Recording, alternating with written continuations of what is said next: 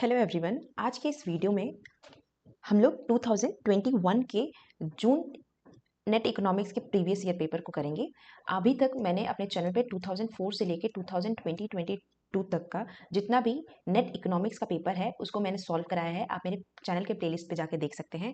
अभी आपका UP PGT का इस साल जून में एग्जाम है और उससे अगर आप लोग मेरा साथ देंगे तो मैं उसके लिए भी बहुत सारे मॉक टेस्ट और बहुत सारे वीडियोस आगे आने वाले दिनों में लेके आऊंगी। तो आज हम 2021 के क्वेश्चंस को करेंगे और अपने इस वीडियो को आप लाइक करिए और ज़्यादा से ज़्यादा अपने फ्रेंड के साथ शेयर करिए ताकि मैं यूपी पीजीटी के भी इससे रिलेटेड मॉक टेस्ट और ये सारी चीज़ें लेके आ सकूं। तो चलिए वीडियो को स्टार्ट करते हैं बिना देरी के। और जिसने अभी तक लाइक नहीं किया लाइक ज़रूर कर लेगा और वीडियो को सब्सक्राइब कर लेगा। फर्स्ट क्वेश्चन है हमारा, in case of indifference curve of two goods X and Y as consumption of X increases. अगर इंडिफरेंस कर्व की अगर हम बात करें तो इस तरीके से हमारा इंडिफरेंस कर्व बनता है। यहाँ पे हमारा गुड्स एक्स हम लिखते हैं एक्स एक्सिस पे एंड ये हमारा गुड्स वाई है वाई एक्सिस पे। अगर हमें किसी एक का कंजम्पशन बढ़ाना है, if we want to increase consumption of X and consumption of X, then what happen. अगर हम क्या करेंगे, अगर एक का कंजम्पशन हम बढ़ाना चाहते हैं, सपोज हम इसका कंजम्पशन बढ़ाना चाहते हैं, तो हमें क्या करना पड़ेगा, हमें y के कंजम्पशन को डिक्रीज करना पड़ेगा इसके कंजम्पशन बढ़ाने के लिए। पहले सपोज y यहाँ था लेकिन अब हमें इसका कंजम्पशन बढ़ाना है और x यहाँ था, बट हम x का कंजम्पशन इंक्रीज करना चाहते हैं तो हम इससे y का कंजम्पशन डिक्रीज करेंगे। तो ये जो पोर्शन है इसको हम बोलते हैं मार्जिनल रेट ऑफ सब्सटीट्यूशन। तो ये MRS एक्स एंड वाई क्या होगा, MRS एक्स एंड वाई हमारा डिक्रीज होगा क्योंकि हम x की यूनिट बढ़ाना चाहते हैं। इसलिए ऑप्शन नंबर बी हमारा करेक्ट हो जाएगा कि MRS एक्स वाई डिक्रीजेस। अगर ऐसे ही उल्टा भी पूछ सकता है कि y अगर इंक्रीज करेगा तो क्या होगा, तब हमारा MRS एक्स वाई इंक्रीजेस। ठीक है। दूसरा क्वेश्चन है हमारा, general economic equilibrium is not related to which one of the following problems. तो जनरल इकोनॉमिक इक्विलिब्रियम के बारे में किसने बताया है, तो जनरल इकोनॉमिक इक्विलिब्रियम के बारे में वॉलरस ने बताया है। और ये पार्शियल इक्विलिब्रियम से डिफरेंट है क्योंकि जनरल इक्विलिब्रियम एनालिसिस में इकोनॉमी को एज अ होल देखा जाता है और इसमें हम सिर्फ सिंगल इकोनॉमी के बारे में नहीं डिस्कस करते हैं। हम यहाँ पे जितने भी सप्लाई एंड डिमांड है वो कैसे इंटरेक्ट करते हैं हमारी इकोनॉमी में एज अ होल, और वो भी साथ और मल्टीपल मार्केट में वो कैसे एक साथ वर्क करते हैं उसके बारे में हम जनरल इक्विलिब्रियम में पढ़ते हैं। अब इस जनरल इक्विलिब्रियम में लियोन वॉलरस के अकॉर्डिंग जनरल इक्विलिब्रियम की तीन कंडीशन होती है, तीन प्रॉब्लम होती है। एक तो uniqueness problem, existence problem and stability problem. अभी यहाँ पे पूछा है कि कौन सा रिलेटेड नहीं है, तो जनरल इकोनॉमिक्स से मॉरल हैजार्ड प्रॉब्लम रिलेटेड नहीं है क्योंकि मॉरल हैजार्ड प्रॉब्लम एक अलग तरह का प्रॉब्लम है, ये जनरल इकोनॉमिक्स में और मॉरल हैजार्ड वॉलरस ने दिया भी नहीं है और ना ही ये जनरल इकोनॉमी से रिलेटेड है। तो मॉरल हैजार्ड ये एक तरह से पार्टी और कॉन्ट्रैक्ट और रिस्क टुवर्ड जितने भी लोग होते हैं उससे रिलेटेड होता है और ये एम्प्लॉयर और एम्प्लॉय के रिलेशनशिप में एग्जिस्ट करता है, ना कि जनरल इक्विलिब्रियम में जहां पे मार्केट की बात की जाती है। इसलिए हमारा ऑप्शन नंबर डी करेक्ट हो जाएगा क्योंकि हमें नॉट पूछा था, तो डी हमारा करेक्ट ऑप्शन होगा। चलते हैं नेक्स्ट क्वेश्चन पे। नेक्स्ट क्वेश्चन है हमारा, in the short run production function which one of following is correct. Short run production function में क्या होता है, शॉर्ट रन प्रोडक्शन फंक्शन में हम कई सारी चीजों को अज्यूम करते हैं और कांस्टेंट मानते हैं।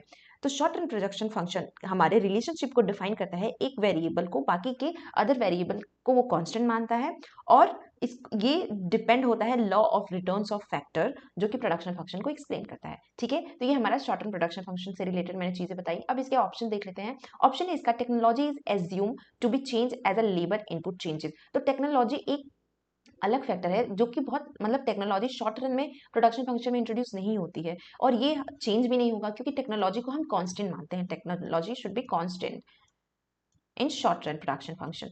दूसरा है, technology is assume to change as capital stock changes. तो टेक्नोलॉजी को कांस्टेंट माना गया है तो ये कैंसिल हो जाएगा। Technology is assume to be change, अब यहाँ पे भी बार बार चेंज बोल रहा है, पॉजिटिव डिमिनिशिंग, तो किसी भी तरह से टेक्नोलॉजी चेंज नहीं होगा। Technology assume to be constant for a given period production function relationship. ठीक है, तो हमारा डी ऑप्शन यहाँ पे करेक्ट होगा कि शॉर्ट रन में हम क्या करते हैं, टेक्नोलॉजी को कांस्टेंट मानते हैं जो भी हमारा गिवन प्रोडक्शन फंक्शन होता है उसमें। नेक्स्ट क्वेश्चन है हमारा, as output expanded LAC curve falls, this is due to, यानी कि जब हमारा आउटपुट बढ़ता है तो LAC कर्व फॉल होती है। ये क्यों होती है, जैसे हमारा long run average cost per हम इस तरीके से बनाते हैं, तो जैसे जैसे आउटपुट इंक्रीज होता है तो यहाँ पे देखिए ये वाला जो रीजन है ना यही है, जैसे जैसे आउटपुट इंक्रीज होगा वैसे वैसे ये फॉल करेगी। मतलब ऐसे फॉल कर रही है। तो ये किसके थ्रू होगी? तो ये होगी हमारी इकोनॉमिक ऑफ स्केल की वजह से। अगर हमारा इंक्रीजिंग इकोनॉमिक ऑफ स्केल है तो ये फॉल करेगी, डिक्रीजिंग इकोनॉमिक ऑफ स्केल है तो वो राइज करेगी। तो इकोनॉमिक ऑफ स्केल पे ये डिपेंड करती है हमारी एलएससी का फॉल और एक्सपेंड ऑफ आउटपुट। तो ऑप्शन नंबर सी हमारा करेक्ट हो जाएगा। नेक्स्ट है हमारा in a situation of decision uncertainty. यहाँ पे ये चीजें हमें ध्यान रखनी है कि हमें डिसीजन अनसर्टेनिटी की बात कर रहा है। If a consumer face equal expected income from two alternatives then she will take decision on the basis of, यानी कि अगर दो अल्टरनेटिव दिए हों और उसमें किसी पर्सन को इक्वल इनकम, एक्सपेक्टेड इनकम उसका इक्वल है दोनों के लिए, और वो उसका डिसीजन कैसा है? अनसर्टेनिटी में डिसीजन है। तो कब अनसर्टेनिटी हमारी आती है? जहां पे रिस्क इवॉल्व होता है। तो रिस्क कब कब इवॉल्व होगा? ऑप्शन देख लेते हैं, ऑप्शन के हिसाब से हम इसके आंसर को देंगे। यहाँ पे expected utility of both the alternatives, अगर एक्सपेक्टेड यूटिलिटी इक्वल है तो उस बेसिस पे तो वो चूज करेगा नहीं। तो इसलिए इस सिचुएशन में वो डिसीजन इसके बेसिस पे तो नहीं होगा, क्योंकि एक्सपेक्टेड यूटिलिटी दोनों की सेम है यहाँ पे। Probability of risk attach to each alternative, अगर प्रोबेबिलिटी की बात करें तो यहाँ पे प्रोबेबिलिटी, यहाँ पे अगर इक्वल एक्सपेक्टेड इनकम है तो भी हम प्रोबेबिलिटी नहीं निकाल सकते हैं, क्योंकि यहाँ पे दोनों दोनों की एक्सपेक्टेड इनकम इक्वल है। यहाँ पे अगर हम बात करें mean of risk of each alternative, तो जहां पे अगर हम इक्वल एक्सपेक्टेड इनकम देख रहे हैं तो वहां पे हम मीन भी निकालना पॉसिबल नहीं है। लेकिन हम अगर देखें variation of risk attach with each alternative, तो हर एक अल्टरनेटिव में कोई ना कोई वेरिएशन होगा इनकम में, भले उसका एक्सपेक्टेड इनकम सेम है तो भी जो वेरिएशन होगा वो अनसर्टेनिटी की वजह से होगा, और जो रिस्क इवॉल्व है उसमें उसकी वजह से ये दोनों अल्टरनेटिव में कोई भी अनसर्टेनिटी की सिचुएशन में उसका डिसीजन इसी के ऊपर बेस होगा। तो हमारा ऑप्शन नंबर सी करेक्ट होगा कि variation of risk attach with each alternative, जैसे जैसे वेरी करेगा वैसे वैसे उसमें रिस्क अटैच होगा। नेक्स्ट है what type of relationship the Phillips curve postulate between the rate of unemployment and rate of increase in money wage. तो हमेशा याद रखिएगा फिलिप कर्व दो तरह के रिलेशन, दो चीजों में रिलेशनशिप बताते हैं। एक तो हमारा इन्फ्लेशन एंड अनएम्प्लॉयमेंट के बीच में, ठीक है। एक और चीजों का ध्यान रखना बहुत जरूरी है, यहाँ पे जो वेज यूज किया गया है वो रियल वेज नहीं किया गया है। ये भी क्वेश्चन आता है एग्जाम में, तो रियल वेज नहीं किया है, मनी वेज किया है। और इनका रिलेशनशिप कैसा होना चाहिए? इनवर्स रिलेशनशिप होना चाहिए। तो यहाँ पे मनी वेज को ज्यादा फोकस दिया गया है, मनी वेज को ही वो फोकस किया गया है फिलिप्स कर्व में, और ये अनएम्प्लॉयमेंट एंड इन्फ्लेशन के बीच के इनवर्स रिलेशनशिप को बताता है। तो इनवर्स रिलेशनशिप हमारा करेक्ट ऑप्शन हो जाएगा। और किस पे बात करता है? मनी वेज पे, यही याद रखिएगा। नेक्स्ट है हमारा the concept of money illusion. तो मनी इल्यूजन का कंसेप्ट किसने दिया है? मनी इल्यूजन का कंसेप्ट हमारे इरविंग फिशर ने दिया है। और मनी इल्यूजन होता क्या है? तो मनी इल्यूजन पीपल में तब होता है जब पीपल को मॉनेटरी वेजेस बढ़ने पे ऐसा लगता है कि उनकी वेजेस बढ़ गई, जबकि रियल वेजेस उतनी की उतनी ही होती हैं। उसी को मनी इल्यूजन कहते हैं कि हमारा इनकम नॉमिनल में तो बढ़ गया है बट स्टिल हमारा रियल वैल्यू वैसे के वैसा है, बिकॉज हमारा इन्फ्लेशन है। सपोज हमारा पहले हम 10 रुपए कमाते थे और 10 रुपए में 2 रुपए की पेंसिल खरीद लिया हमने, लेकिन अब हम 15 रुपए कमाते हैं और 15 रुपए कमाने के बाद पेंसिल का जो दाम है वो 5 रुपए हो गया। तो कोई मतलब नहीं है हमारे इस बढ़ने का। मनी वेज में तो ऐसा लग रहा है, नॉमिनल वेज में, कि हमारी सैलरी बढ़ गई है, बट जो रियल वैल्यू है उसकी वो तो वैसे की वैसी ही है, उसमें कोई चेंजेस नहीं हुए हैं। उसी को बोलते हैं मनी इल्यूजन। तो मनी इल्यूजन जो कंसेप्ट है पहली बार इरविंग फिशर ने दिया था, बाद में और भी लोगों ने दिए हैं।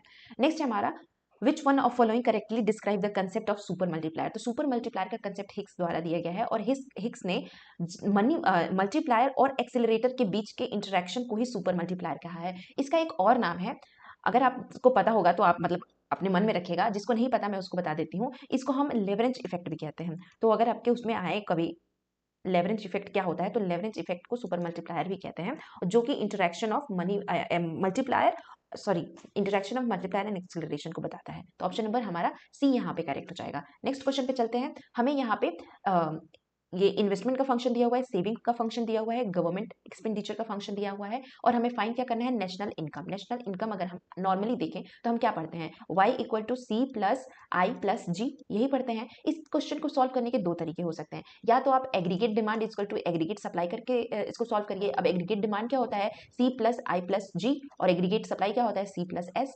अब या तो आप इस तरीके से आप इसको सॉल्व करिए, और या तो आप एक और तरीका है जिसमें अब इसमें आई दिया हुआ है, जी दिया हुआ है, यहाँ पे आई दिया हुआ है, जी दिया हुआ है, सी नहीं दिया हुआ है, तो हम यहाँ पे सेविंग फंक्शन को कैसे कंजम्पशन फंक्शन में चेंज कर देते हैं ये मैं आपको बता दे रही हूँ। अगर आप इसको डायरेक्टली चेंज कर देंगे तो आप इसी से फाइंड आउट कर सकते हैं, लेकिन अगर आपको चेंज करना नहीं आता है तो भी आप इस फॉर्मूले पे रख के इसको कर सकते हैं। अब इसको किस तरीके से करेंगे पहले मैं आपको चेंज करके बताती हूँ, उसके बाद मैं ये वाला भी बता दूंगी, तो जो भी आपको सुटेबल लगे आप उसको कर सकते हैं। सबसे पहले हम चेंज करके देखते हैं। तो अगर हमेशा सेविंग फंक्शन होता है तो जो उसका ऑटोनोमस सेविंग है, मतलब जो सेविंग करनी ही करनी है, अगर वो निगेटिव में है तो उसका कंजम्पशन हम पॉजिटिव बना देंगे।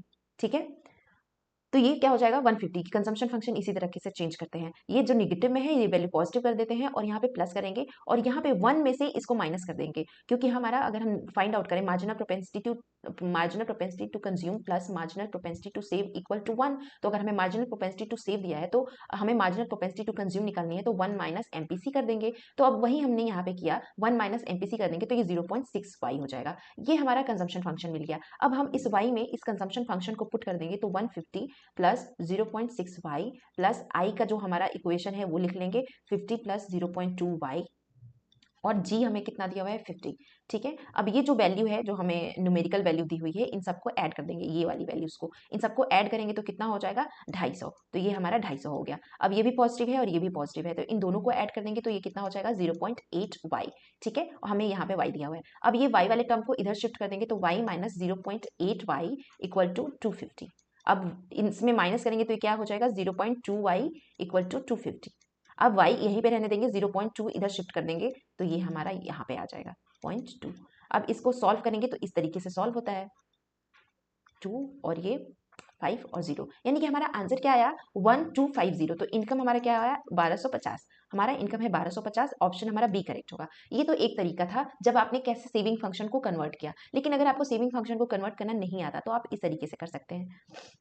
ठीक है, मैं इसको यहाँ पे कर दे रही हूँ दोनों को एक साथ, आप ताकि आप देख सकें। तो यहाँ पे aggregate demand equal to aggregate supply करेंगे, क्योंकि यहाँ पे इक्विलिब्रियम लेवल ऑफ सेविंग पूछा है नेशनल इनकम का। Aggregate demand C plus I plus जी होता है और एग्रीगेट सप्लाई का होता है सी प्लस एस। अब यहाँ से सी और यहाँ से सी कैंसिल आउट हो जाएंगे, हमें ये सारी वैल्यू ऑलरेडी दी हुई है तो चलिए रख लेते हैं I plus G equal to S. अब हमें आई भी दिया हुआ है कितना 50, जी भी दिया हुआ है 0.2y और हमें एस भी दिया हुआ है कितना माइनस 150 प्लस 0.4y। ठीक है, अब हम क्या करेंगे ये वैल्यू को हम शिफ्ट कर देंगे, तो शिफ्ट कर लेते हैं। ये हमारा इधर आ जाएगा 150, अगर इधर आएगा तो क्या बन जाएगा 200, तो ये हमारा बन गया 200। अच्छा सॉरी, यहाँ पे आई मैंने यहाँ पे जी मैंने नहीं लिखा, जी भी 50 है तो ये 50 हो गया, ये 100 और ये क्या बन जाएगा 150। अब ये हमारा 0.2 है और इधर क्या है हमारा 0.4, तो 0.2 और 0.4 है। अब ये इधर आएगा तो ये क्या बन जाएगा, वो उधर जाएगा ये इधर लेके जाते हैं तो 0.4 माइनस 0.2y, तो ये 250 ऐसे ही रहेगा और ये बन जाएगा 0.2y। ठीक है, y को हमें फाइंड आउट करना है तो 250 अपॉन 0.2 और इसको सॉल्व करेंगे तो ये अगेन हमें क्या मिल जाएगा 1250, यानी कि y की वैल्यू इस तरीके से भी 1250 आ रही है और इस तरीके से भी 1250 आ रही है। तो इस तरह से ऐसे क्वेश्चन को हम दो तरीके से कर सकते हैं। एक तो या तो आप इसको चेंज कर लो कंजम्पशन फंक्शन में, अगर आपको चेंज करना नहीं आता, सपोज आप भूल गए एग्जाम में कि चेंज कैसे करते हैं, तो आप इस तरीके से भी कर सकते हैं दूसरा तरीका। तो ये पहला तरीका था और ये दूसरा तरीका था। आई होप आप लोगों को समझ में आया हो। नेक्स्ट चलते हैं, the independence of real variable from change in money supply and nominal variable is called. अगर मनी सप्लाई और नॉमिनल वेरिएबल दोनों एक दूसरे के इंडिपेंडेंट है तो उसको हम बोलते हैं क्लासिकल डिक्टोनमी। अब ये क्लासिकल डिक्टोनमी ये बहुत फेमस है कि इसको बोलते क्या है, तो जब भी हमारा इंडिपेंडेंट हो रियल वेरिएबल मनी सप्लाई और नॉमिनल वेरिएबल के चेन से, उसी को क्लासिकल डिक्टोनमी बोलते हैं। और इसको किसने दिया था, इसको पेटिंकन ने दिया है, पेटिंकन ने दिया है 1965 में। ये क्या बताते हैं कि ये जो इनका बेसिकली जो आइडिया है रियल वेरिएबल, अब रियल वेरिएबल क्या होते हैं, तो रियल वेरिएबल जैसे कि आउटपुट एंड एम्प्लॉयमेंट, तो रियल वेरिएबल क्या होता है आउटपुट एंड एम्प्लॉयमेंट, और जो हमारा जो कि इंडिपेंडेंट है मॉनेटरी वेरिएबल से, तो ये क्लासिकल टैक्सोनॉमी का पार्ट होगा। तो ऑप्शन नंबर बी हमारा करेक्ट हो जाएगा। नेक्स्ट क्वेश्चन है, assume the probability of male birth as 0.5, find the chance that a family of 3 children have 2 boys and 1 girls. तो हमें क्या बताना है, प्रोबेबिलिटी किसकी निकालनी है, 2 बॉय एंड 1 गर्ल की। तो अब हम किस तरीके से इसको सॉल्व करेंगे, तो चलिए सॉल्व कर लेते हैं। हमें 3 बॉय 1 गर्ल, तो किस तरीके से प्रोबेबिलिटी हो गई, या तो वो बॉय बॉय और गर्ल हो, प्लस या तो वो गर्ल बॉय बॉय हो, ठीक है, और या तो वो क्या हो, प्रोबेबिलिटी कैसी होगी, या तो वो कैसा हो, बॉय गर्ल बॉय हो। इन तीनों, ये 3 प्रोबेबिलिटी है जिसमें 2 बॉय हैं और 1 गर्ल है। अब सबकी प्रोबेबिलिटी कितनी है, 0.5। 0.5 का मतलब क्या होता है, हर एक की प्रोबेबिलिटी 0.5 है। तो अब चलिए देख लेते हैं। अब 0.5 को हम 1/2 भी लिख सकते हैं, इसको हम डिवाइड करेंगे तो 0.5 आएगा। तो 0.5 मल्टीप्लाइज करने से अच्छा है कि आप उसको डायरेक्टली 1/2 लिखो, तो वो ज्यादा अच्छा आसानी रहेगी। तो आप 1/2 करके इसको सॉल्व कर सकते हैं। तो चलिए सॉल्व करते हैं इसको 1/2 रख के। अब जहां जहां जितने भी जो भी है, जैसे कि बॉय है, बॉय या गर्ल है, अब 1/2 इंटू 1/2 इंटू 1/2, फिर ऐड करेंगे, ये भी 1/2 इंटू 1/2 इंटू 1/2, फिर ऐड करेंगे 1/2 इंटू 1/2 इंटू 1/2। अब इसको सॉल्व करेंगे तो ये क्या हो जाएगा, 1/8 प्लस 1/8 प्लस 1/8। अब इन तीनों का क्या करेंगे, एलसीएम ले लेंगे। ये 8 आ गया, 1 प्लस 1 प्लस 1, और जब ये ऐड करेंगे तो ये 3/8 हो जाएगा। यानी कि क्या प्रोबेबिलिटी होगी, 2 बॉयज एंड 1 गर्ल्स की, तो प्रोबेबिलिटी हो जाएगी 3/8। तो ऑप्शन नंबर हमारा ये सी करेक्ट हो जाएगा। चलिए नेक्स्ट क्वेश्चन पे चलते हैं। नेक्स्ट क्वेश्चन है हमारा, which one of following measures of central tendency will be most appropriate use of data release to rates proportion and ratio. तो जहां भी रेट्स प्रोपोर्शन एंड रेशियो आता है वहां पे हमेशा ज्योमेट्रिक मीन का यूज करते हैं, ठीक है। तो geometric mean will be the most appropriate use of central tendency when data release in rate, ratio and proportion. कई बार आपसे यही पूछता है कि कब हम किस चीज़ का यूज़ करेंगे, तो ये बहुत इंपॉर्टेंट है। मैंने स्टैटिस्टिक्स के सारे वीडियोस कराए हैं जो आपके लिए ग्रेजुएशन, पोस्ट ग्रेजुएशन जो तैयारी करते हैं बच्चे, उनके लिए, सबके लिए वो बेनिफिशियल होगा। तो आप देख सकते हैं वहाँ मेरे प्लेलिस्ट में जाके स्टैटिस्टिक्स से रिलेटेड जो वीडियो मैंने कराया है उसमें मैंने ये सारी चीज़ें बताई हैं कि कौन से रेट्स, रेशियो कब इंपॉर्टेंट होते हैं और वो कब यूज़ किए जाते हैं। तो आप उसको ज़रूर देखिएगा, आपको बहुत हेल्पफुल मिलेगा। और मैंने इकोनोमेट्रिक्स से रिलेटेड भी वीडियोस को करवाए हैं, वो भी आप देख सकते हैं। नेक्स्ट है हमारा कि the sampling distribution of mean based sample is 13 unit selected without replacement showing a variance of 5 unit and if population consist 49 unit estimate the variance of population. अब देखिए यहाँ पे हमें वेरिएंस दिया हुआ है, यहाँ पे वेरिएंस ऑफ पॉपुलेशन निकालने को बोल रहा है। तो यानी कि हमें 2 वेरिएंस, एक पॉपुलेशन का वेरिएंस और एक जो हमने सैम्पलिंग डिस्ट्रीब्यूशन की है उसका वेरिएंस। इसके लिए एक फॉर्मूला आपको आना जरूरी है। अब ये क्या है, ये 13 यूनिट है, यानी कि n जो है वो लेस देन 30 है। अब इस कंडीशन में कौन सा हम निकालेंगे, कौन सा हम फॉर्मूला लगाएंगे, ये आपको पता होना चाहिए। तो उस टाइम पे हम फॉर्मूला लगाएंगे sigma square x equal to, यही हमें 5 दिया हुआ है, और इसका फॉर्मूला होता है sigma square x equal to sigma square N, और N minus N upon N minus 1। ये कैपिटल और स्मॉल, ये कैपिटल क्या बताता है, पॉपुलेशन के नंबर को, और ये स्मॉल क्या बताता है, हमारे सैम्पलिंग डिस्ट्रीब्यूशन के नंबर को। तो चलिए इसको रख लेते हैं। हमें ये 5 ऑलरेडी दिया हुआ है, हमें निकालना क्या है, ये निकालना है। और अपॉन n की वैल्यू हमें कितनी दी हुई है, तो n की वैल्यू हमें 13 दी हुई है, तो यहाँ पे हम 13 रख लेंगे। हमें जो पॉपुलेशन है उसकी कितना यूनिट है, 49 यूनिट है, तो पॉपुलेशन 49 रख लेते हैं अपॉन माइनस 13 अपॉन 13 माइनस 1। अब इसको सॉल्व कर लेते हैं। तो चलिए पहले ये अंदर जो ब्रैकेट है उसको सॉल्व कर लेते हैं। ये 13 ऐसे ही रहने देते हैं, 13 में से ये माइनस होगा तो ये कितना हो जाएगा, 9 में से 3 गया 6, 4 में से 1 गया 3 अपॉन 12। तो 12 थ्री जा, ये बन गया। अब हम क्या करेंगे, ये 3/13 हो गया, इधर इसको हम इधर शिफ्ट कर देंगे, तो 5 इंटू 13 अपॉन 3, और ये सिग्मा स्क्वायर। अब इसको जब हम सॉल्व करेंगे, तो चलिए मैं कैलकुलेटर से सॉल्व कर लेती हूँ, बाकी इजी है सोल्यूशन। इसको जब हम सॉल्व करेंगे तो अप्रॉक्स 86.6 आएगा हमारा, और यही हमारा क्या हो जाएगा, वेरिएंस ऑफ पॉपुलेशन। तो वेरिएंस ऑफ पॉपुलेशन 86.67, तो हमारा ऑप्शन नंबर सी यहाँ पे करेक्ट हो जाएगा, ठीक है। ये फॉर्मूला थोड़ा सा बहुत लोगों को नहीं पता होगा, बट इस क्वेश्चन को सॉल्व करने के लिए इसी फॉर्मूले का यूज करेंगे, तो आप कहीं लिख लीजिएगा इसको। नेक्स्ट क्वेश्चन पे चलते हैं हम। In the classical linear regression model x I and y i are assume to be. तो जब हम क्लासिकल लीनियर रिग्रेशन मॉडल लिखते हैं तो किस तरीके से लिखते हैं, X alpha plus beta X I plus U I, इस तरीके से हम लिखते हैं। अब ये क्या, ये एक्स आई इससे रिलेट करता है, या ये मॉडल में हम क्या हम एज्यूम करते हैं, तो लीनियर रिग्रेशन मॉडल में हम यही एज्यूम करते हैं कि हमारा जो एक्स आई है और यू आई है, दे आर नॉट कोरिलेटेड, ये एक दूसरे से कोरिलेटेड नहीं है, because you I is a error term, और ये एक्स आई हमारा वेरिएबल है, तो ये एरर टर्म से हम नहीं मानेंगे कि ये उससे को रिलेटेड है। तो इस वजह से हम इसके क्या बोलेंगे कि U X I and U I assume to be not correlated, ये एज्यूम किया जाता है क्लासिकल लीनियर रिग्रेशन मॉडल में। तो मैंने इकोनोमेट्रिक्स में जितनी भी चीज़ें होती हैं मैंने ऑलरेडी कराया है, तो आप मेरे चैनल के प्लेलिस्ट में जाके देख सकते हैं। आप स्टार्टिंग से देखिएगा, आपको सब समझ में आएगा, और जो भी प्रॉब्लम होगी आप कमेंट सेक्शन में पूछ सकते हैं। नेक्स्ट है identify which one of the following statement is incorrect. तो कौन सा स्टेटमेंट इनकरेक्ट है हमें ये बताना है। हमें यहाँ पे इंटरसेक्शन की कुछ प्रॉपर्टी दी हुई है, हमें बताना है कि कौन सा इनकरेक्ट है। पहला है intersection of two adjoint set is a null set. क्या two adjoint set null set होते हैं? तो two adjoint set null set नहीं होते हैं। Complement of a universal set is a null set. क्या यूनिवर्सल सेट नल सेट होता है? तो ये भी हमारा गलत है। यहाँ पे है x is a intersection of y equal to 5 then x minus y is not equal to x। तो यस, अगर हमारा x और y का इंटरसेक्शन 0 है, मतलब कुछ नहीं है, तो यानी कि अगर हम इसको माइनस करेंगे तो भी तो वो x के इक्वल नहीं होगा, तो ये हमारा करेक्ट हो जाएगा। और यहाँ पे क्या दिया हुआ है कि x माइनस वाई अगर करते हैं तो वो इसका इंटरसेक्शन है, तो ये जबकि ये इंटरसेक्शन मतलब ये नहीं होगा, तो इसलिए हमारा ऑप्शन नंबर सी करेक्ट हो जाएगा। अब इसके कुछ और प्रॉपर्टी होते हैं, तो कम्युनिटेटिव प्रॉपर्टी क्या कहता है? तो ये हमारा कम्युनिटेटिव प्रॉपर्टी ये कहता है, मैं यहाँ पे कुछ प्रॉपर्टीज आपको बता दूं ताकि ऐसे क्वेश्चन आए तो आप उसको सॉल्व कर सकते हैं। तो कम्युनिटेटिव प्रॉपर्टी ये कहता है कि हमारा x इंटरसेक्शन y जो है ये y इंटरसेक्शन x के इक्वल होगा। हमारा इसका एसोसिएटिव प्रॉपर्टी क्या कहता है? तो एसोसिएटिव प्रॉपर्टी ये कहता है कि जो हमारा x है ये इंटरसेक्शन है y इंटरसेक्शन z, ये इक्वल होगा किसके? x intersection y intersection z के। उसके बाद हमारा एक प्रॉपर्टी है कि x अगर हमारा इंटरसेक्शन है फाई के तो ये इक्वल होगा फाई के, और अगर हमारा x इंटरसेक्शन है y का तो ये सबसेट होगा x का।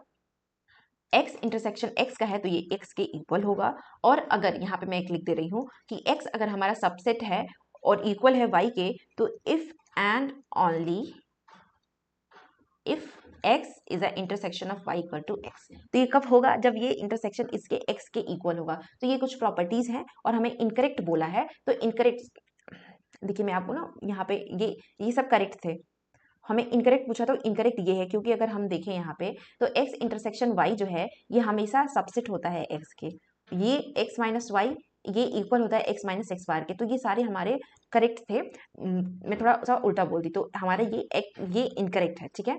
तो ये स्टेटमेंट हमारा इनकरेक्ट है, जबकि intersection of two adjoint set is a null set मुझे इनकरेक्ट बताना था, तो ये करेक्ट था इसलिए मैंने इसको काट दिया था। नेक्स्ट चलते हैं हम।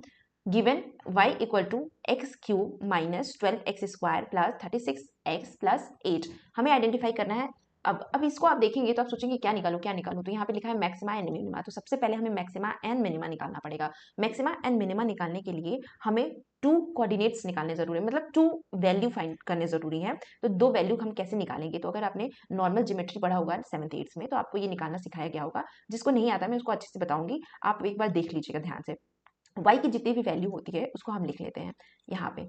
इसको हम सॉल्व कैसे करेंगे ये भी देखेंगे। तो अगर आपको डिफरेंशिएशन आता है तो डिफरेंशिएशन की हेल्प से हम इसको सॉल्व करेंगे और इसके दो वैल्यूज को फाइंड आउट करेंगे। तो पहले हम इसको जब डिफरेंशिएट करते हैं इस इन टर्म्स ऑफ x, तो ये क्या आएगा? ये 3x square minus 24x plus 36, ठीक है। यहाँ से 3 कॉमन निकाल देंगे तो x स्क्वायर माइनस ये 8x और प्लस 12। अब ये 3 इधर जाएगा तो ये 0 हो जाएगा, तो इसको हटा देते हैं, ये कट जाएगा तो हमें x माइनस 8x प्लस 12, ये हमें क्या मिल गया? एक हमें वेरिएबल, अरे मतलब एक हमें इक्वेशन मिल गया। अब ये हमें एक क्वाड्रेटिक इक्वेशन है। अब इस क्वाड्रेटिक इक्वेशन की हेल्प से हम दो वैल्यू कैसे फाइंड आउट करते हैं? अब देखिए यहाँ पे 12 है और यहाँ पे 1 है, तो 12 इंटू 1 1 ही होगा, यानी कि इन दोनों का मल्टीप्लीकेशन हमें ऐसे नंबर फाइंड आउट करने हैं जिसका एडिशन या सब्ट्रैक्शन तो 8 आए लेकिन उसका जो मल्टीप्लीकेशन है वो 12 आए। तो ऐसा कौन सा टर्म है, ऐसा कौन सी वैल्यू है? तो वो है 6। अगर हम 6 प्लस 2 करते हैं तो वो 8 आएगा और 6 इंटू 2 करते हैं तो 12 आएगा। तो यानी कि यही एक आइडियल 2 नंबर है जो इन कंडीशन को सेटिस्फाई कर रहा है। तो अब हम इसको इस तरीके से सॉल्व कर लेंगे। 8 की जगह हम क्या लिखेंगे? 6 प्लस 2 और x से मल्टीप्लाई कर देंगे और 12 ऐसे का ऐसे ही लिख देंगे। अब इसको थोड़ा सा हम ब्रॉड करेंगे, इसको खोलेंगे। जब हम खोलेंगे तो ये x square minus 6x plus और ये माइनस हो जाएगा माइनस 2x प्लस 12। अब हमें दो वैल्यूज निकालनी थी, तो अब हम कैसे इसको निकालेंगे? यहाँ पे x कॉमन हो जाएगा, x माइनस 6 हो जाएगा यहाँ पे, और यहाँ पे हम क्या कॉमन कर देंगे? यहाँ पे हमारा कॉमन हो जाएगा माइनस तो हम इसको ये -2 यहाँ पे कॉमन करते हैं, तो यहाँ पे बन जाएगा x और यहाँ पे बन जाएगा -6, यानी कि हमें ऐसा कॉमन करना होता है कि ये और ये इक्वल होने चाहिए। तो हमने कॉमन करके निकाल दिया, तो हमें कॉमन किया तो x -6 आया और एक क्या आ गया x -2। अगर हम इसको इक्वल टू 0, ये सब कुछ इक्वल टू 0 है, ठीक है, ये ध्यान रखिएगा आप लोग। जब हम इक्वल टू 0 करेंगे, x -6 को इक्वल 0 करेंगे तो x की वैल्यू क्या आ गई 6, और हम यहाँ पे x -2 अगर 0 करेंगे तो x की वैल्यू क्या आ गई 2। ठीक है, अब हमने दो वैल्यू निकाल लिया, अब मैक्सिमा और मिनिमा निकालने का टाइम आ गया। मैक्सिमा और मिनिमा कैसे निकालेंगे, अब देखिए यहाँ पे जगह तो बचा नहीं, मैं ऐसा करती हूँ, मैं यहाँ पे करने की कोशिश करती हूँ। ठीक है, जब हमें दो वैल्यू निकल जाती है तो मैक्सिमा हम कब करते हैं, ये जो हमारी वैल्यू है ना मैक्सिमा के लिए हम डबल डिफरेंशिएशन करते हैं। ठीक है, तो हम डबल डिफरेंशिएशन इसका करेंगे, डबल डिफरेंशिएशन किसका करेंगे, इस वाली वैल्यू का करेंगे। इस वैल्यू को अगर हम डबल डिफरेंशिएट करते हैं, नहीं आप ना इस वैल्यू को कर लीजिए डबल डिफरेंशिएट, ये वाली वैल्यू को, क्योंकि यही मेन है ना जिसको हमने एक बार डिफरेंशिएट किया, तो इसी को हम डबल डिफरेंशिएट करेंगे। जब हम डबल डिफरेंशिएट करेंगे तो ये कैसा आएगा, इसकी कंडीशन होती है कि जो हमारा डबल डिफरेंशिएशन है, यानी कि मिनिमा के लिए ये ग्रेटर देन 0 होना चाहिए और मैक्सिमा के लिए ये लेस देन 0 होना चाहिए। ठीक है, ये याद रखिएगा, ये मिनिमा का कंडीशन है जहां पे ये ग्रेटर से 0 होनी चाहिए और मैक्सिमा में ये लेस देन 0 होना चाहिए। तो अगर हम यहाँ पे डबल डिफरेंशिएट करते हैं इस वाले टर्म को, तो क्या आ जाएगा हमारा, मैं पूरा यहाँ पे लिख लेती हूँ फिर डिफरेंशिएट करती हूँ ताकि किसी को कोई प्रॉब्लम ना हो समझने में। तो यहाँ पे आ जाएगा, यहाँ पे 6x - 24, ये हमारा आ गया। अब x की वैल्यू हमें 6 दिया हुआ है, x की वैल्यू आप 6 रखेंगे तो क्या आएगा, तो x की वैल्यू आप 6 रखिए तो 6 × 6 -24, तो 6 × 6 रखा तो 36 -24 और ये कितना आ गया 12। तो क्या 12 क्या है, 12 इज ग्रेटर देन 0, तो ये 6 क्या है, अगर 0 से बड़ा है तो ये मिनिमा की कंडीशन हो गई। अगर मैक्सिमा के लिए क्या करेंगे, हम इसी में ये जो वैल्यू थी ना ये 6x - 2, अब हम इसी में 2 रख के देखें, देखो तो 6 × 2 रखा और -24, तो 6 × 2 क्या हो जाएगा 12 - 24, तो आंसर क्या आ गया -12। अब -12 क्या है, ये लेस देन है 0 और ये कंडीशन किसकी होती है, मैक्सिमा की। तो यहाँ पे हमारा ऑप्शन क्या होगा कि y इज मैक्सिमम एट x = 6। तो जब x 6 था तो y मिनिमम थी, तो जब x 6 था तो y मिनिमम है और जब x 2 है तो y मैक्सिमम है, तो ऑप्शन नंबर हमारा बी यहाँ पे करेक्ट हो जाएगा। तो ऑप्शन नंबर बी करेक्ट है। इस तरीके से हमने सॉल्व किया इसको, आई होप आप लोगों को समझ में आ गया होगा। तो मैं यहाँ पे इसको इरेज कर दे रही हूँ ताकि मैं ये वाला 17 क्वेश्चन आप लोगों को करवा सकूं।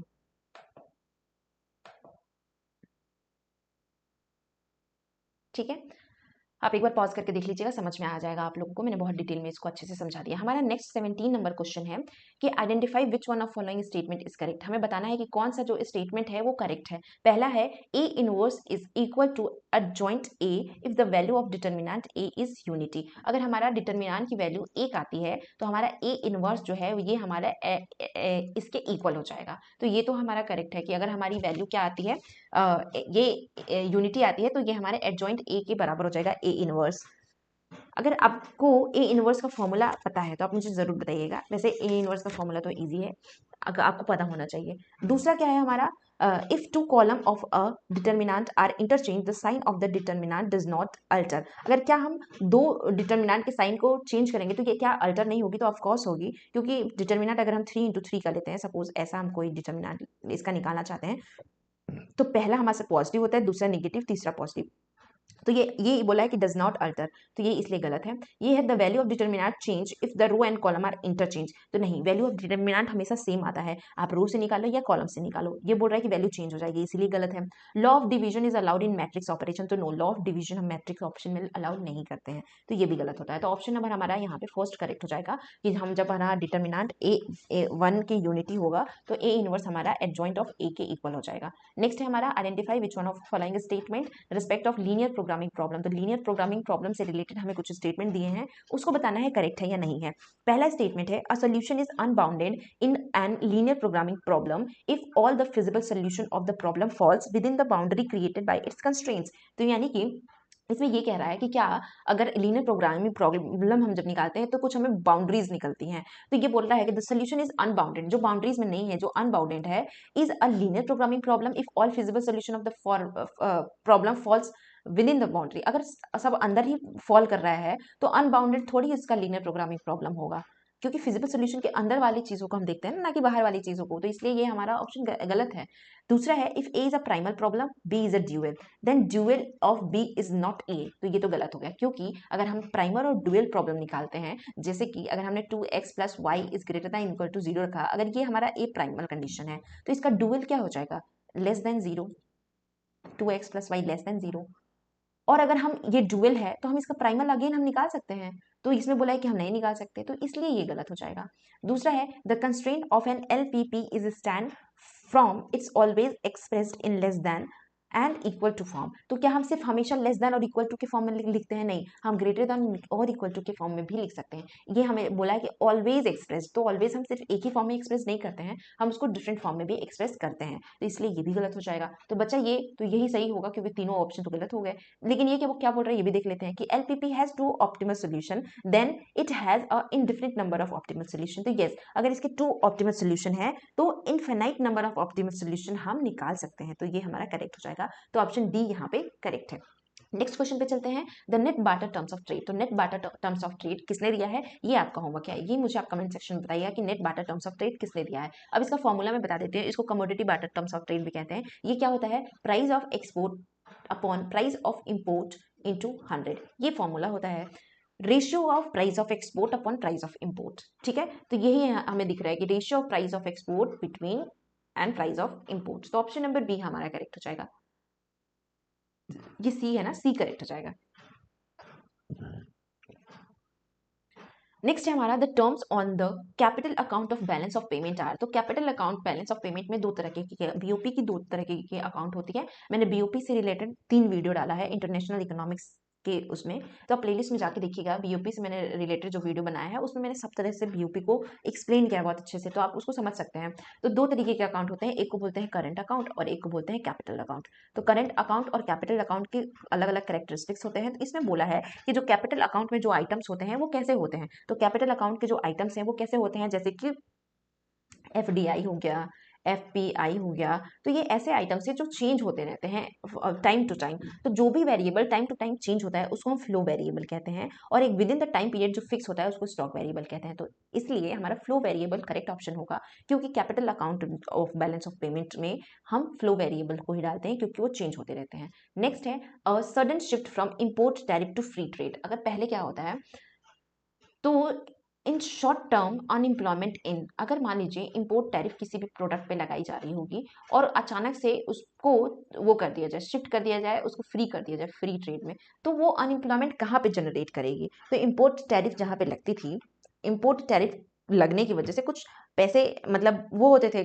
लोगों के पास जनरेट होते थे, इसलिए इंपोर्ट कंपीटिंग इंडस्ट्री में ही अनएम्प्लॉयमेंट शॉर्ट टर्म के लिए होगी बट लॉन्ग टर्म के लिए नहीं होगी, तो इसलिए ये हमारा करेक्ट हो जाएगा, क्योंकि टैरिफ लगने की वजह से वैसे भी वो दाम को बढ़ा के बेचते थे, तो वो उस हिसाब से अपने प्रोडक्ट्स को बढ़ाते थे, लोगों को रखते थे। लेकिन अगर फ्री ट्रेड हो गया तो उनको वैसे भी अपने प्रोडक्ट के दाम कम करने पड़ेंगे और उस हिसाब से लोगों को मैनेज करना पड़ेगा, तो वो अल्टीमेटली मतलब इनडायरेक्टली शॉर्ट टर्म में अनएम्प्लॉयमेंट इंपोर्ट कंपीटिंग इंडस्ट्री में देखी जाती है जब हम तुरंत अचानक से इंपोर्ट टैरिफ को फ्री ट्रेड पे शिफ्ट कर देते हैं, तो ऑप्शन नंबर हमारा ए करेक्ट हो जाएगा।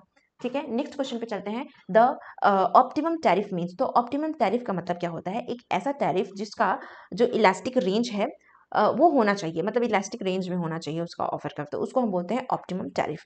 तो मस्ट अगर in the elastic range of a tariff imposing home countries offer curve, तो नहीं, जो पार्टनर कंट्रीज होती हैं उसके ऑफर कर्व को हम देखते हैं कि वो इलास्टिक रेंज में होनी चाहिए, इसीलिए ये गलत है।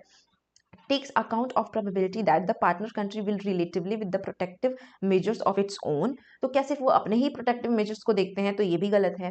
Maximise total export sales to the imposing country, क्या जो ऑप्टिमम टैरिफ लगाती है क्या वो सिर्फ इम्पोजिंग कंट्री ही टोटल एक्सपोर्ट को मैक्सिमाइज करती है, तो नहीं, ये इलास्टिक रेंज जो पार्टनर कंट्रीज की ऑफर कर्व है उसमें जब लगता है उसको ऑप्टिमम टैरिफ कहते हैं, जहाँ पे दोनों कंट्री को बेनिफिट मिलता है टैरिफ लगने के बाद भी, तो ऑप्शन नंबर डी हमारा मोस्ट एक्यूरेट है, तो डी करेक्ट हो जाएगा। नेक्स्ट है the movement from old level of expenditure and taxation to a new and higher level of taxation, तो ये जो थ्योरी है वो दिया है हमारे पिकॉक वाइसमैन की थ्योरी है ये, जिसमें इन्होंने 3 तरह के इफेक्ट को बताया था पब्लिक एक्सपेंडिचर के लिए। एक को हम बोलते हैं डिस्प्लेसमेंट इफेक्ट, एक को बोलते हैं, यहाँ पे लिखा भी हुआ है, concentration, inspection and displacement effect, लेकिन इन तीनों का काम अलग अलग होता है। वो ऐसा मूवमेंट जहाँ पे ओल्डर लेवल टैक्सेशन से न्यू एंड हायर लेवल पे शिफ्ट हो रहा है, यानी कि डिस्प्लेस हो रहा है ना पहले से उसमें, तो इसको हम डिस्प्लेसमेंट इफेक्ट बोलते हैं। जबकि ये तीनों इफेक्ट किसके द्वारा एक्सप्लेन किए गए हैं, पिकॉक वाइसमैन के द्वारा एक्सप्लेन किए गए हैं। तो ये याद रखिएगा आप लोग। नेक्स्ट है, which method can help in obtaining a welfare improvement if externalities exist. अगर एक्सटर्नलिटीज है तो कौन सा मेथड हेल्प करेगा हमारा इंप्रूव करने के लिए? तो सबसे पहले पिगुवेन टैक्स अगर हम देखें तो पिगुवेन टैक्स लगाया ही गया था एक्सटर्नलिटीज को कम करने के लिए। रेगुलेशन भी हम एक्सटर्नलिटीज अगर एग्जिस्ट है उसके लिए लगाते हैं, या प्रॉपर्टी राइट भी असाइन करते हैं, तो ऑल ऑफ द एबव यहाँ पे करेक्ट ऑप्शन हो जाएगा।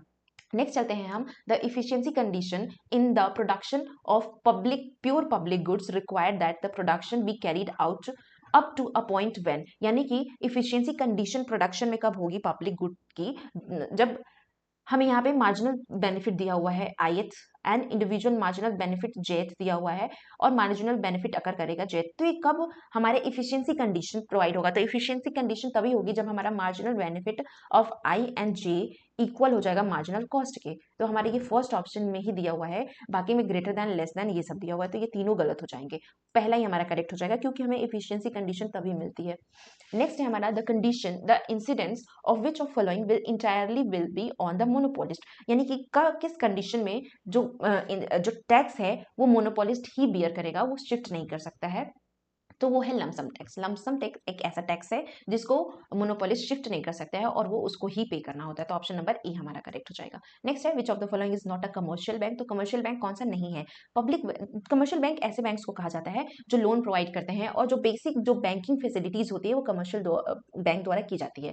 तो वो रेगुलर रूरल बैंक भी करते हैं, प्राइवेट बैंक भी करते हैं, लेकिन कोऑपरेटिव बैंक नहीं ऐसा करते हैं, इसीलिए ये इनको कमर्शियल बैंक की श्रेणी में नहीं रखा गया है। तो ऑप्शन नंबर डी हमारा करेक्ट हो जाएगा। नेक्स्ट है, liquidity adjustment facility was recommended by. तो लिक्विडिटी एडजस्टमेंट फैसिलिटी किसके द्वारा रिकमेंड की गई थी? तो liquidity adjustment facility Narasimhan committee के द्वारा रिकमेंड की गई है, इस बात का ध्यान रखिएगा। इसी तरह से जो M1 M2 M3 ये भी की गई थी, तो इसके अलग अलग कमिटीज आई थी, तो इसमें LAF के बारे में रिकमेंड किया था नरसिम्हन कमेटी ने, तो नरसिम्हन कमेटी हमारा करेक्ट ऑप्शन हो जाएगा। अब इसमें दो तरीके की है, LAF में दो तरीके के आते हैं रेट्स, एक को बोलते हैं रेपो रेट्स, एक को बोलते हैं रिवर्स रेपो रेट, तो ये भी आप ध्यान रखिएगा। तो ये दो तरह के बैंकिंग मतलब मनी को बोरो करने की दो तरह की अपॉर्चुनिटीज दी गई है, नरसिम्हन कमेटी के द्वारा की गई थी। अब है, विच of following is true for bank rates. तो बैंक रेट्स होते क्या है ये आपको पता होना चाहिए। सबसे पहले अगर हम देखें तो मॉनेटरी पॉलिसी कमेटी है या मॉनेटरी पॉलिसी है, अगर तो मॉनेटरी पॉलिसी के कुछ मेजर्स होते हैं, एक को बोलते हैं हम क्वालिटेटिव मेजर्स और एक को बोलते हैं क्वांटिटेटिव मेजर्स। ठीक है, तो qualitative measures and quantitative measures में डायरेक्ट और इनडायरेक्ट तरह के रेट्स होते हैं। तो जिसमें हम क्वालिटेटिव मेजर्स है उसमें हम अलग अलग बैंकिंग के रेगुलेशन और ये सब मॉरल सुजेन के बारे में बात करते हैं, बट जो क्वांटिटेटिव है इसमें हम बैंक रेट और इसको डायरेक्ट इंस्ट्रूमेंट भी कहते हैं, जैसे बैंक रेट हो गया, रेपो रेट हो गया, और इस SLR, ये सारे रेट्स ये क्या है, क्वांटिटेटिव रेट्स कहलाते हैं, और ये डायरेक्ट रेट्स भी कहलाते हैं। तो increase in bank rate by commercial bank would increase money supply. तो अगर bank rate commercial bank increase करती है, इसको एक सिनेरियो से आप समझ सकते हैं कि बैंक रेट अगर कमर्शियल बैंक इंक्रीज कर दी, तो बैंक रेट इंक्रीज करने से जो RBI अगर बैंक रेट इंक्रीज कर देती है, तो जो कमर्शियल बैंक है अब उनके लिए तो पैसे देना बहुत महंगा पड़ जाएगा ना, तो महंगा पड़ेगा तो पैसे कम देंगे, तो कम देंगे अगर मार्केट में पैसे, तो मनी सप्लाई हमारी इंक्रीज नहीं होगी, डिक्रीज होगी, इसलिए ये तो गलत है। Bank rate is a qualitative measure, तो ये क्वालिटेटिव नहीं है, अभी मैंने बताया ये क्वांटिटेटिव इंस्ट्रूमेंट मेजर है, इसलिए ये भी गलत हो जाएगा। Bank rate is a minimum rate at which central bank provide credit to the financial institution against security of the government. तो ये कोई भी सिक्योरिटी हम ये एक लॉन्ग टर्म के लिए बैंक रेट दी जाती है, और ये मिनिमम रेट नहीं होता है ऐसा कुछ, इसमें बैंक रेट ये डिसाइड होता है बैंकों के द्वारा, RBI के द्वारा, और उस रेट पे दी जाती है बैंक रेट, तो ये भी गलत है। Bank rate is a direct instrument of credit control. तो यस, बैंक रेट एक डायरेक्ट इंस्ट्रूमेंट है, अगर बैंक रेट जैसे ही बढ़ जाएगा तो मनी सप्लाई घट जाएगा मार्केट में, यानी कि हम क्रेडिट कंट्रोल हो जाएगा, और बैंक रेट अगर बढ़ जाता है तो मनी सप्लाई बैंक रेट घटने से मनी सप्लाई हमारा बढ़ जाएगा। तो इस तरीके से ऑप्शन नंबर डी हमारा करेक्ट हो जाएगा। आज की वीडियो में सिर्फ यही दोनों लास्ट क्वेश्चन करेंगे, बाकी जो भी क्वेश्चन छूटेंगे उसको हम नेक्स्ट वीडियो में करेंगे, ठीक है। Human Development Index currently as published by the UNDP is calculated by using which of following. तो ह्यूमन डेवलपमेंट इंडेक्स किसके द्वारा की जाती है? तो ये ज्योमेट्रिकल मीन हम निकालते हैं ह्यूमन डेवलपमेंट इंडेक्स में। अगर आपको पता होगा ह्यूमन डेवलपमेंट इंडेक्स, जिसमें हम क्या करते हैं, हेल्थ एजुकेशन एंड इनकम, इन सब का क्या करते हैं, हम ज्योमेट्रिक मीन लेते हैं और हम तब फाइंड आउट करते हैं एचडीआई। तो ऑप्शन नंबर पहला हमारा करेक्ट हो जाएगा। और अभी ये आपका होमवर्क है, कमेंट सेक्शन में बताइएगा कि अभी एचडीआई इंडिया का क्या चल रहा है, कितने परसेंटेज है। नेक्स्ट है हेरेड न्यूट्रल टेक्नोलॉजिकल प्रोग्रेस इज। तो हेरेड न्यूट्रल टेक्नोलॉजिकल प्रोग्रेस एक लेबर आर्ग्यूमेंटिंग टेक्नोलॉजिकल प्रोग्रेस है। वैसे ही हिग्स या हिग्स न्यूट्रल टेक्निकल प्रोग्रेस, जहाँ पे इफिशियंसी कैसी होती है, मतलब वो न्यूट्रल होती है। हेरेड में लेबर आर्गुमेंटिंग, सोलो में कैपिटल आर्गुमेंटिंग होती है। तो ये अंतर है। इसका मतलब होता है कि कौन जो टेक्नोलॉजी है वो किस फैक्टर के साथ लगी है, कैपिटल के साथ लगी है या लेबर के साथ लगी है। तो ऑप्शन नंबर बी इसका करेक्ट हो जाएगा। तो आज के लिए इतना ही। इसके आगे के वीडियो हम नेक्स्ट में इसके आगे के जो क्वेश्चन हैं हम नेक्स्ट वीडियो में करेंगे। तो आई होप आप लोगों को वीडियो अच्छी लगी हो। अगर वीडियो अच्छी लगी हो तो उसे लाइक जरूर करिएगा, अपने फ्रेंड के साथ शेयर करना मत भूलिएगा, क्योंकि वीडियो अगर बहुत लोगों की रीच तक नहीं पहुंचेगी तो कोई मोटिवेशन नहीं मिलेगा बनाने का वीडियो। तो आई होप आप लोग समझ रहे होंगे। तो आज के लिए इतना ही। Thank you so much and stay tuned for next video.